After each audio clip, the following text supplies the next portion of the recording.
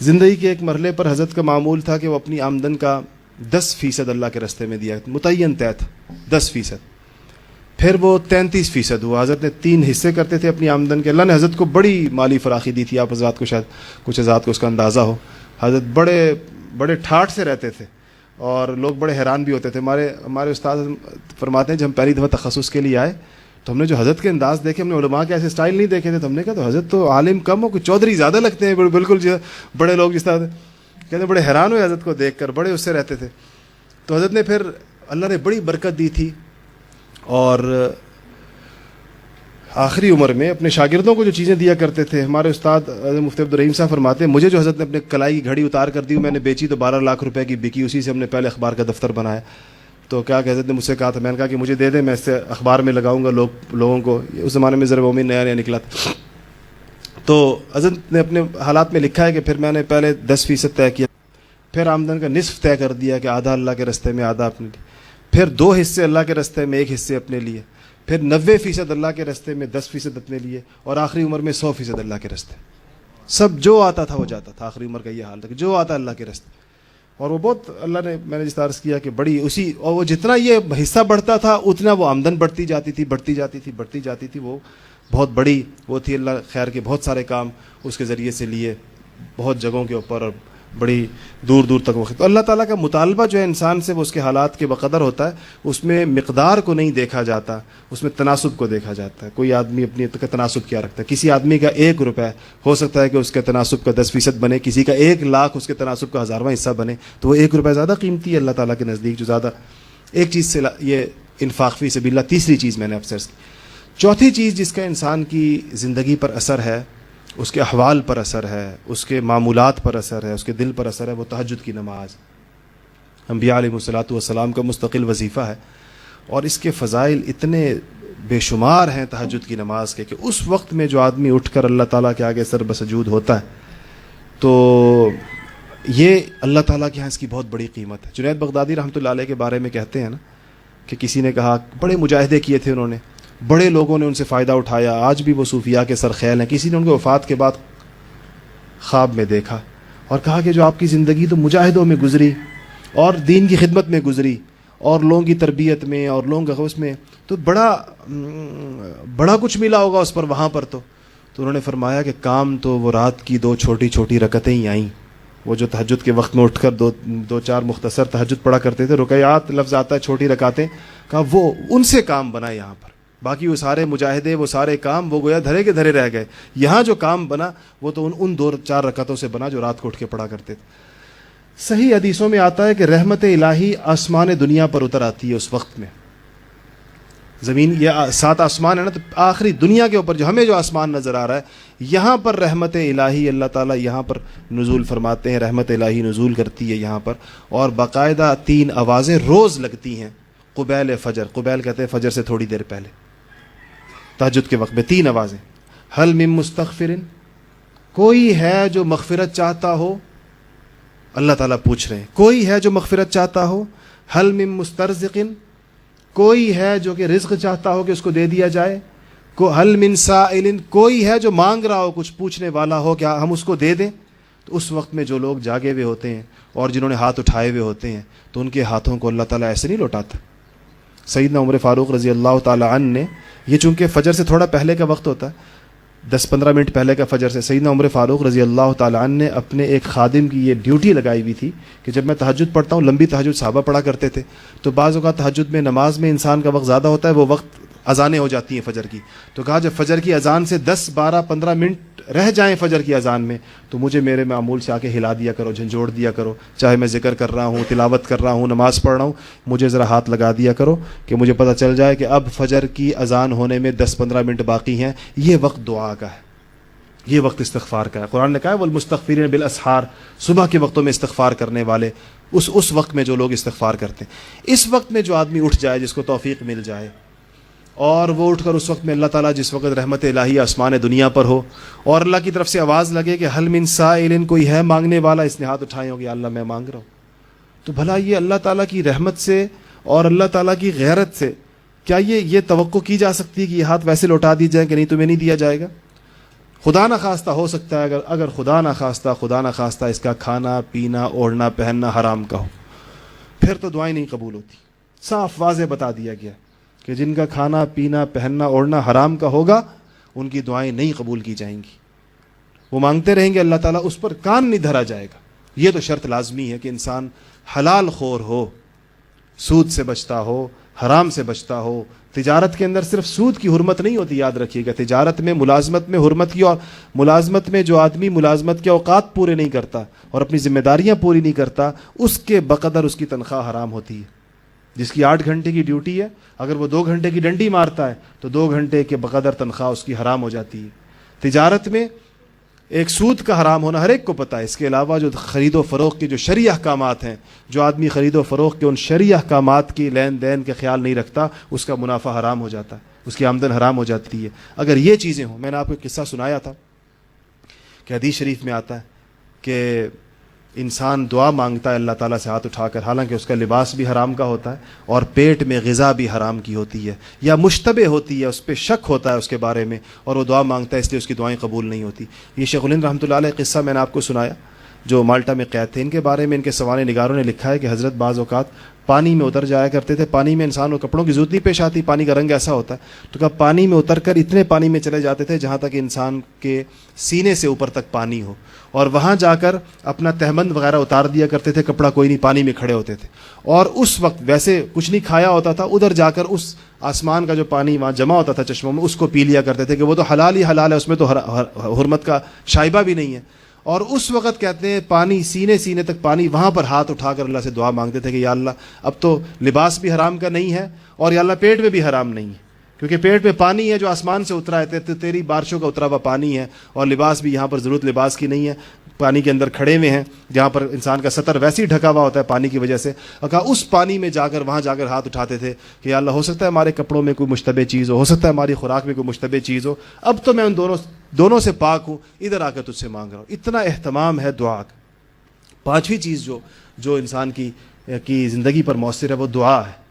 اور علماء نے لکھا ہے کہ دعا میں دل لگنا زندگی کی سعادتوں میں سے سب سے بڑی سعادت ہے. کسی کو یہ سعادت مل جائے کہ دعا میں دل لگے اس کا، یہ بڑی خطرناک چیز ہے کہ جب انسان ہاتھ اٹھائے اور اس کا دل نہ لگے اس میں. حدیث شریف میں واضح آتا ہے کہ انسان جب ہاتھ اٹھائے بظاہر دعا کے لیے اور دل کبھی ادھر کبھی ادھر، کبھی یہ سوچ رہا ہے کبھی وہ سوچ رہا ہے، تنگ ہو رہا ہے دعا میں، کب اگر کسی اور کے ساتھ دعا کر رہا ہے اجتماعی تو سوچ رہا ہے کب یہ ختم ہوگی، اگر خود دعا کر رہا ہے تو بھی اس کا دل ادھر مشغول ادھر مشغول. واضح حدیث میں آیا کہ اللہ تعالیٰ قلب لاہن، وہ قلب جو ادھر ادھر ہو رہا ہے، اللہ اس کی جانب متوجہ ہوتے ہی نہیں ہے. اللہ تعالیٰ گویا اس کی سنتے ہی نہیں ہے. جس آدمی کا دل دعا کے وقت میں ادھر ادھر، کبھی ادھر جا رہا ہے کبھی ادھر جا رہا ہے، دعا میں دل نہ لگنا بڑی بدنصیبی ہے. یہ ذوق نہ ملنا کہ دعا میں دل نہیں لگتا، دعا کو دل نہیں چاہتا. اور ایک دعا میں دل لگتا ہے انسان کا کہ دعا کے لیے ہاتھ اٹھائے. ہم نے اللہ تعالیٰ نے ایسے بزرگوں کو مجھے دیکھنے کا موقع دیا ہے کہ جو جب ہاتھ اٹھاتے تھے دعا کے لیے، یقین جانیے یوں لگتا تھا کہ ہاتھ چھوڑنا بھول گئے. لمبی دعائیں، گھنٹہ 1.5 گھنٹہ 2 گھنٹے ہاتھ اٹھائے ہوئے، اور کمزوری کی وجہ سے وہ ہاتھ یوں ہوتے ہوتے نیچے ہو جاتے تھے، اور دیکھنے والا سمجھتا تھا یہ بھول گئے ہیں، ان کو صاحب ہو گیا ہے، ذہول ہو گیا کہ دعا مانگ رہا ہوں اس کو ختم بھی کرنا ہے. ایسا ان کا دل لگا ہوتا تھا، بندھا ہوتا تھا، گویا کہ آدمی یہ سمجھ رہا ہے. بالکل ایسے ہوتا ہے. دیکھیں جس طرح ہمیں جو تعلق اللہ تعالیٰ نے ماؤں سے دیا ہے، آپ بتائیں کہ میری کوئی ضرورت ہو اور مجھے پتا ہو کہ میری ماں وہ پورا کر سکتی ہے، اگر میری ضرورت ہے اور مجھے پتا ہو کہ میری ماں پورا کر سکتی ہے، تو کیا اس سے مانگتے ہوئے میرے دل میں کبھی یہ آئے گا کہ پتہ نہیں ملے گا یا نہیں ملے گا؟ میں پریشانی میں ہوں، میں مصیبت میں ہوں، میں آزمائش میں ہوں، اور میری ماں مجھے اس پریشانی اور آزمائش سے نکال سکتی ہے، مجھے پتا ہو، یقین ہو، تو جب میں ماں سے کہوں گا تو کتنی توجہ ہوگی اور کتنا یقین ہوگا. اللہ فرماتے ہیں میں اس مخلوق سے 70 ماؤں سے زیادہ محبت کرتا ہوں. 70 ماؤں سے زیادہ میری محبت ہے، اور اللہ کی قدرت، قبضہ قدرت میں ہر چیز ہے. اس سے مانگنے والے کو اگر یہ کیفیت نصیب ہو جائے کہ میں جس سے مانگ رہا ہوں ایک لمحے میں سارے مسائل میرے حل کر سکتا ہے، اگر میں نے اس سے صحیح طریقے سے مانگ لیا، تو مانگنے والے کو کتنی توجہ اس کو نصیب ہوگی اور کتنی چیزیں اس کو نصیب ہوں. تو چوتھی چیز جو ہے وہ دعا ہے کہ دعا میں انسان کا دل لگے اور دل اللہ تعالیٰ کے ساتھ لگ جائے اس میں، تو انسان زندگی کی ساری سعادتیں وہ لپیٹ لیتا. علماء نے لکھا ہے نا کہ اگر لوگ کہتے ہیں کہ خانہ کعبہ کے اوپر پہلی نگاہ پڑے تو جو دعا مانگی جائے وہ قبول ہوتی ہے. تو کیا دعا مانگنی چاہیے؟ ظاہر بات ہے انسان کے دل میں تو ہزاروں دعائیں ہیں کہ خانہ کعبہ پر گیا ہے اور پہلی نگاہ کے بارے میں آتا ہے کہ جو بھی دعا مانگے قبول ہوگا. تو اہل عرفان نے کہا کہ وہاں انسان ایک ہی دعا مانگنی ہے اور وہ قبول ہونی ہے. تو وہاں یہ دعا مانگے کہ یا اللہ مجھے مستجاب الدعوات بنا دے. مستجاب الدعوات کہتے ہیں اس آدمی کو جو دعا کرے وہ قبول ہوتی ہے، جو دعا کرے وہ قبول ہوتی ہے. تو بس یہ دعا مانگ لے وہاں پر. یہ جب مانگ لی جائے گی اس کے بعد ساری زندگی جو مانگتا رہے گا اللہ عطا فرماتے رہیں گے، اللہ دیتے رہیں گے. جس کے لیے بھی مانگے گا اور مغفرت مانگے گا، جو چیزیں آخرت کی دنیا کی مانگے گا اللہ تعالیٰ عطا فرمائیں گے. آخری چیز جس سے یہ تو ہوئی وہ چیزیں جو قلب کے اطمینان کے لیے ہیں. جو چیزیں قلب کو برباد کرتی ہیں، جو توجہ کو خراب کرتی ہیں، جس چیز سے سارے احوال منتشر ہوتے ہیں وہ گناہ اور معصیت ہے. ایک گناہ کا صدور انسان کی ساری کیفیات کو درم برہم کر دیتا. اور گناہ نام ہے اپنے اعضاء کے غلط استعمال کا. گناہ کی تعریف شاید یہ سب سے سادہ تعریف ہو سکتی ہے کہ انسان اپنے عضو کو جب غلط استعمال کر لے تو اس کو گناہ کہتے ہیں. کان کے غلط استعمال، آنکھ کے غلط استعمال، سوچ کے غلط استعمال کا نتیجہ بعض اوقات مرتب ہوتا ہے. ہاتھ پاؤں اعضاء کا غلط استعمال یہ گناہ ہے. اسی ساری جو سلوک، حضرت تھانوی رحمۃ اللہ علیہ نے ایک عجیب بات ارشاد فرمائی ہے. حضرت نے فرمایا یہ جو تصوف کا رستہ ہے، یہ جو سلوک کی لائن ہے کتنی لمبی لگتی ہے انسان کو. کتنا ذکر کرایا جاتا ہے، کتنی مجاہدے کرائے جاتے ہیں، کتنی صحبت اٹھوائی جاتی ہے، کتنی تعلیم دی جاتی ہے. اس سب کا حضرت نے فرمایا حاصل میں تمہیں 2 جملوں میں بتاؤں. اور فرمایا کبھی کوئی تمہیں نہیں بتائے گا کیونکہ تمہیں اتنا بڑا نظام پھر تمہیں فضول لگے گا اگر 2 جملے بتا دیے جائیں. فرمایا کہ میں کم ظرف ہوں اس لیے تمہیں بتا رہا ہوں، کہ تمہیں میرا حوصلہ چھوٹا ہے اس لیے تمہیں بتا رہا ہوں کہ کل حاصل 2 چیزیں ہیں سارے نظام اصلاح و ارشاد کا. یہ جتنا اللہ والوں نے جتنے لمبے نظام بنائے ہیں انسانوں کی اصلاح کے، اس سب کا مقصود 2 باتیں ہیں. اگر وہ حاصل ہو جائیں تو کسی چیز کی ضرورت نہیں. اور بار بار بڑے اہتمام سے فرمایا کہ یہ بات کوئی اور بندہ اس لیے نہیں بتائے گا کہ تمہیں پورا نظام پھر اس کے بعد بیکار نظر آئے گا. کہا میں کم ظرف ہوں، میں تمہیں بتا دیتا ہوں وہ کیا بات ہے. پہلی بات یہ ہے کہ انسان جس چیز کو کرنے کا اس کی طرف حکم متوجہ ہو جائے اور نفس اس کا یا شیطان کسل اور سستی کی طرف اس کو لے جائے، یہ ہمت پیدا کر کے اس کو کر لے، ایک بات. اور جس چیز سے اس کو روکا گیا ہے اور نفس اور شیطان اس کی طرف اس کو کھینچ رہے ہیں، یہ ہمت پیدا کر کے اس سے رک جائے. بس یہی مطالبہ ہے. فرمایا اور کوئی لمبی چوڑی بات نہیں. 2 باتیں ہیں کل، کہ جس چیز کا حکم ہے، جس چیز کا امر ہے، جس چیز کا مطالبہ ہے، جب وہ مطالبہ اور امر اور حکم سامنے آ جائے نفس اور شیطان روکیں گے، نہیں جانے دیں گے اس کی جانب. یہ اپنی ہمت سے کام لے اور آگے بڑھ کر اس کو کر گزرے. اور جس چیز سے منع کرنے کا کہا گیا وہ بڑی مزین ہو کر سامنے آئے گی، وہ بہت پرکشش ہو کر سامنے آئے گی. اس کو دیکھ کر رال ٹپکے گی انسان کی اور اس کی جانب نفس اور شیطان اس کو کھینچ کر لے جا رہے ہوں گے. یہ ہمت کر کے اپنے آپ کو اس سے روک لے. فرمایا کل یہ ہے کل مسلمانوں سے جو مطالبہ ہے، سارا جو کھڑاک ہے اور ساری جو بھاگ دوڑ ہے اور سارے جو نظام تعلیم و تربیت ہے اور سارا اصلاح و ارشاد کا جو سلسلہ ہے وہ اس کو پیدا کرنے کے لیے. جس کو پیدا ہو جائے اس کو اور کسی چیز کی ضرورت نہیں. سارا مسئلہ ہمارا یہ، اپنے آپ کو غور کر لیں تو مسئلہ سارا یہ. بالکل ہمیں پتہ ہوتا ہے کہ یہ کرنے کی چیز ہے، کیوں نہیں کر پاتے؟ بالکل ہمیں پتہ ہوتا ہے یہ رکنے کی چیز ہے، کیوں نہیں رک پاتے؟ وہ کنٹرول نہیں ہے. تو اس کے لیے جو چیز بتائی گئی ہے وہ چیز دیکھیں، وہ ہمت ہے انسان کے اندر. اللہ تعالیٰ نے دنیا میں دعائیں ضرور مؤثر ہوتی ہیں. لوگ اولاد کے لیے دعا کرواتے ہیں نا، لیکن اولاد کے لیے سے دعا پر اکتفا کوئی بھی نہیں کرتا. اس کے بعد اسباب بھی اختیار کرتے ہیں، اسباب اختیار کر کے پھر دعا کرواتے ہیں. اگر بغیر اسباب پہ کوئی دعا کروائے، آپ بتائیں دعا کرنے والا اس کو اپنی توہین نہیں سمجھے گا کہ تم میرے ساتھ مذاق کر رہے ہو؟ کہ دعا کروا رہا ہے اور سبب نہیں اختیار کرتا، کہتا ہے بھائی دعا کے ذریعے جو اللہ اولاد دے دے، سبب میں نہیں اختیار کروں گا. تو ایسے نہیں ہوتا. دعائیں بھی ہوتی ہیں، سبب بھی اختیار کیے جاتے ہیں. اسباب کو تقویت پہنچاتی ہیں دعائیں اس کے ذریعے سے. ایسے ہی اصلاح کا عمل بھی ہے. اصلاح فقط دعاؤں سے نہیں ہوتی. دنیا کا کوئی کام دعاؤں سے نہیں ہوتا. اس طرح دعاؤں سے نہ ہونے کا مطلب غلط نہ لیجیے گا. معطل ہو کر دعاؤں سے نہیں ہوتا کہ کام کی چیزوں کو ہاتھ نہ لگایا جائے اور دعا پر اکتفا کیا جائے. یہ مزاج ہی شریعت نہیں. نبیوں نے یہ اس طرح نہیں کیا جن کی دعائیں کبھی رد نہیں ہوتی ہیں. وہ میدان میں نکل کر انہوں نے کام کیے، انہوں نے اپنے دانت شہید کروائے ہیں، انہوں نے اپنے آپ کو میدان جنگ میں تلواریں لے کر وہ نکلے ہیں اور تجارت کے میدانوں میں گئے ہیں. ہر چیز میں نبیوں نے عمل کر کے دکھایا ہے. تو ہم لوگ دنیا کے سارے کاموں کے لیے تو عمل کرتے ہیں اور اصلاح کے لیے ہم کہتے ہیں کوئی دعا کر دے، کوئی ہم پر ایسا چف کر دے کہ اس کے نتیجے میں خود بخود میں اچانک جب رات کو سوؤں تو ایسا ہوں، صبح اٹھوں تو میں بالکل فرشتہ جنید بغدادی بنا ہوا ہوں، ایسا نہیں ہوتا۔ اس کا طریقہ یہی ہے کہ انسان کو اپنی ہمت کو کام میں لانا پڑتا ہے۔ ہمت ہم نے کمزور کر دی ہے تھوڑی سی۔ جب گناہوں کا ارتکاب زیادہ کیا جاتا ہے اور بار بار کیا جاتا ہے تو ہمت جو قوت مدافعت ہے گناہ کے مقابلے میں وہ کمزور پڑتی چلی جاتی ہے، اور پھر وہ بالکل معطل ہو جاتی ہے۔ انسان یہ سمجھتا ہے کہ اب میں گناہ سے رکنے کی میرے اندر صلاحیت ہی نہیں، ایسا نہیں ہوتا۔ اس ہمت کو طاقتور کیا جائے۔ اس کا طریقہ کیا طاقتور کرنے کا؟ اس کا طریقہ یہ ہے کہ اہل ہمت کے ساتھ اٹھا بیٹھا جائے۔ اپنی صحبت کے لوگوں کو ذرا غور کریں کون ہے۔ اگر آپ اہل معاصی کے ساتھ اٹھے بیٹھیں گے، کمزور ہمتوں والوں کے ساتھ، یا جنہوں نے ہمتوں کا رستہ چھوڑ دیا، اگر آپ ان کے ساتھ اٹھیں گے بیٹھیں گے تو آپ کی ہمت اور کمزور ہوگی۔ اپنے لیے ڈھونڈیں، اس معاشرے میں ہیں الحمدللہ ایسے لوگ جن کی ہمتیں طاقتور ہیں، جن کو گناہوں کے مقابلے میں اللہ تعالیٰ نے ایک طاقتور ہمت کی عنایت کی ہے ان کے اوپر۔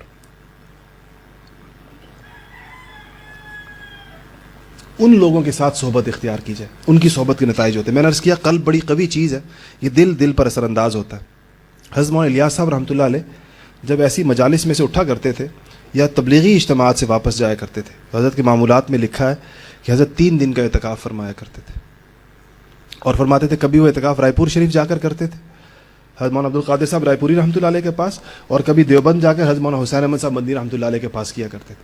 اور کہا کرتے تھے جب یہ لوگوں کے ساتھ اختلاط ہوتا ہے بہت زیادہ تو دل کو متاثر کرتے ہیں، اور چونکہ سینکڑوں دلوں کے ساتھ ہم بیٹھے ہوتے ہیں اور ان سینکڑوں دلوں کا اثر ہمارے دل کے اوپر پڑتا ہے، تو اس کے نتیجے میں اپنی روحانی کیفیت میں کمزوری محسوس ہوتی ہے، ان سارے دلوں کا اثر۔ اس کمزوری کو دور کرنے کے لیے میں 3 دن کے لیے اعتکاف کرتا ہوں تبلیغی اجتماع کے بعد۔ حالانکہ تبلیغی اجتماع خود ایک نیکی کی جگہ ہوتی ہے، لیکن چونکہ قلوب مجتمع ہوتے ہیں، یہ جو ہم یہاں بیٹھے ہوئے ہم سب کے قلوب ایک دوسرے کے اوپر اثر ڈال رہے ہیں۔ جس کا طاقتور ہے جس حوالے سے بھی قلب قوت ہے وہ غالب ہوتا ہے دوسرے کے اوپر، اس کا اثر زیادہ ہوتا ہے، ایک اثر قبول کرتا ہے ایک اثر ڈالتا ہے۔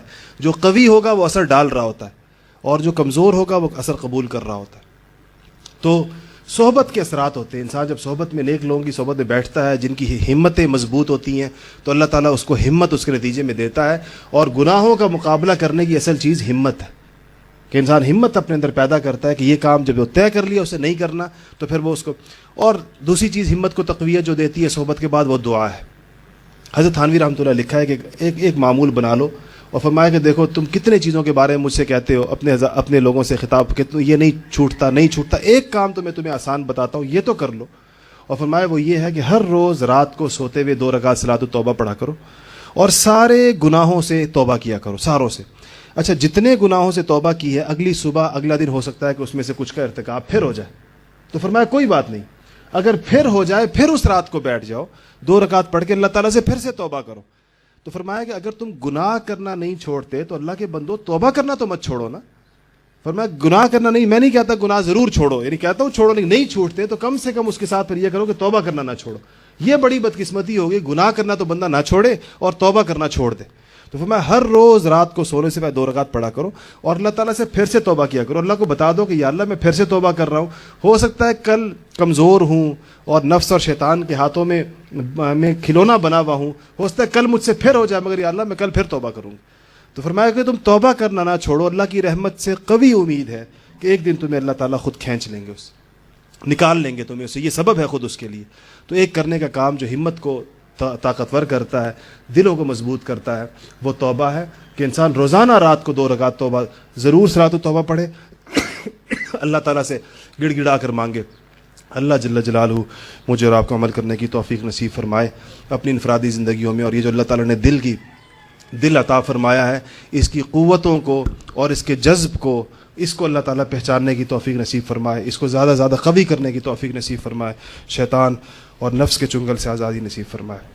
وآخر دعوانا الحمدللہ رب العالمین۔ عدنان بھائی کا شکریہ بھی ادا کرتے ہیں کہ طبیعت اتنی ناساز ہے، اس کے باوجود انہوں نے ہمیں وقت دیا، اور آپ سے گزارش ہے کہ آج جو ہے سوالات کا جو ہے سلسلہ نہیں ہوگا، کہ طبیعت صحیح نہیں ہے، اور مختصر مل لیجیے گا۔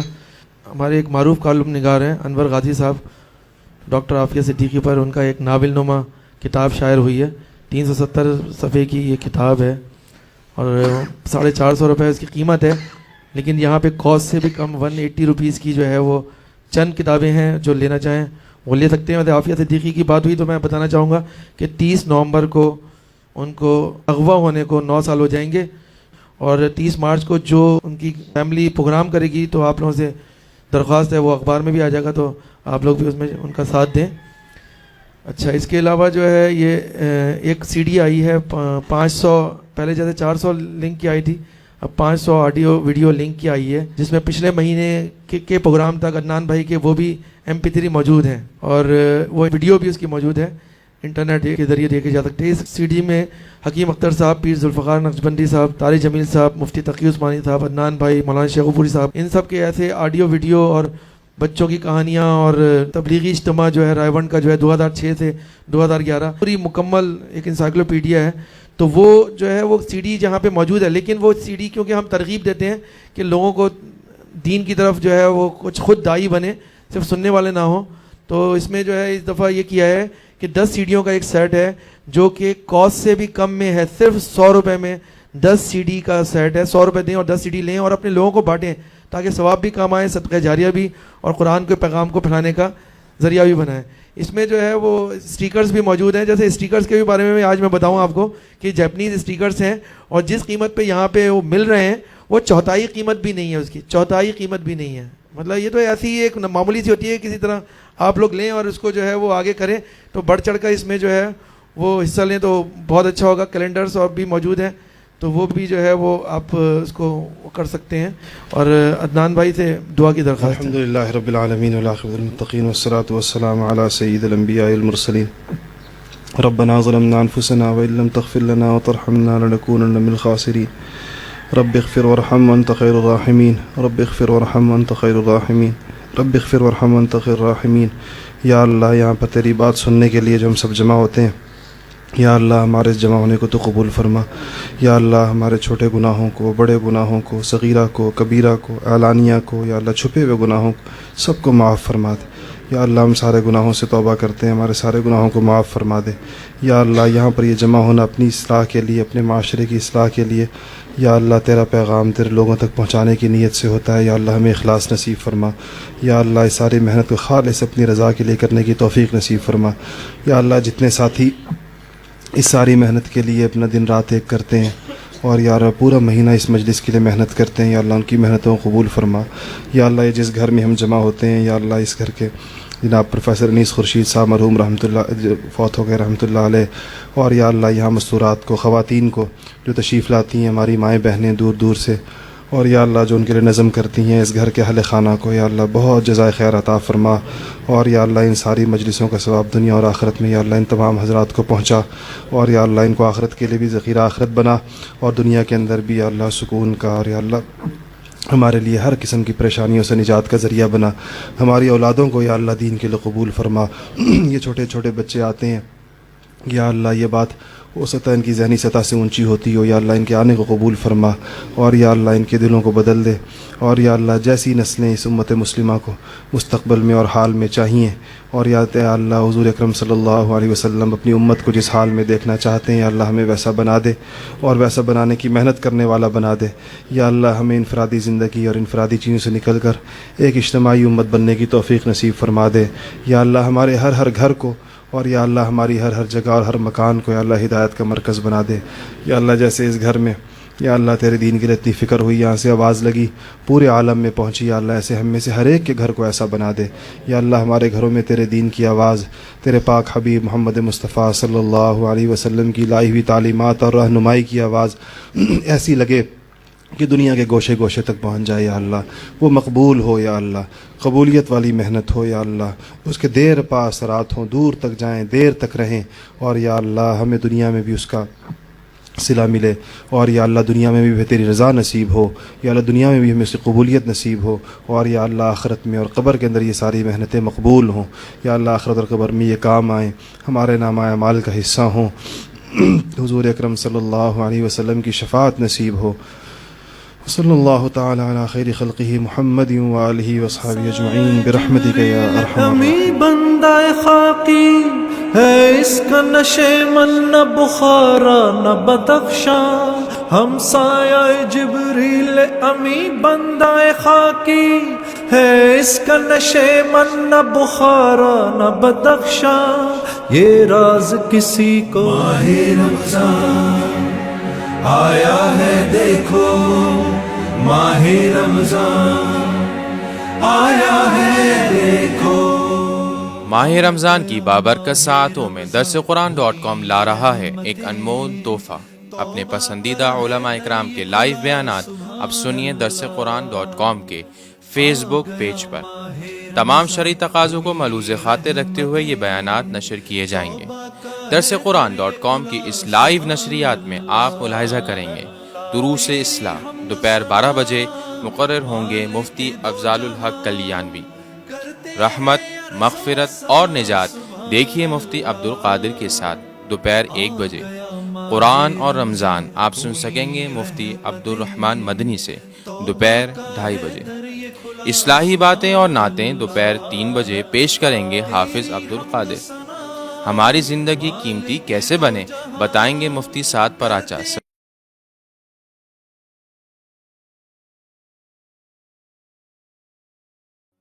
کاکا خیل کو شام 6 بجے۔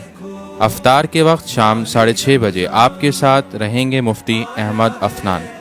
مسائل اور ان کا حل رات 11 بجے بیان کریں گے مفتی محمد زبیر، اور رات 11:30 بجے آپ دیکھ سکیں گے اپنے ہر دل عزیز حضرت مولانا طارق جمیل صاحب کو پیام محبت میں۔ اس کے علاوہ دیگر علماء اکرام کے بیانات بھی مختلف پروگرامز میں نشر کیے جائیں گے۔ نشریات سے متعلق ضروری ہدایات: چونکہ فیس بک کی نیوز فیڈ پر بعض اوقات اپڈیٹس موصول نہیں ہوتی، لہٰذا آپ ان تمام بیانات کو fb.com/درس قرآن 1 پر آ کر دیکھیے۔ یہ درس قرآن.com کی طرف سے لیا گیا ایک انقلابی قدم ہے، اسی لیے آپ اپنی قیمتی آراء سے ہمیں لائکس اور کمنٹس کے ذریعے ضرور آگاہ کیجیے۔ اس نشریات سے فیض یاب ہو کر اپنے رمضان کو مزید بابرکت اور قیمتی بنائیے۔ کرتے ہیں عرض و سما سبحان اللہ، ماہ رمضان آیا ہے دیکھو،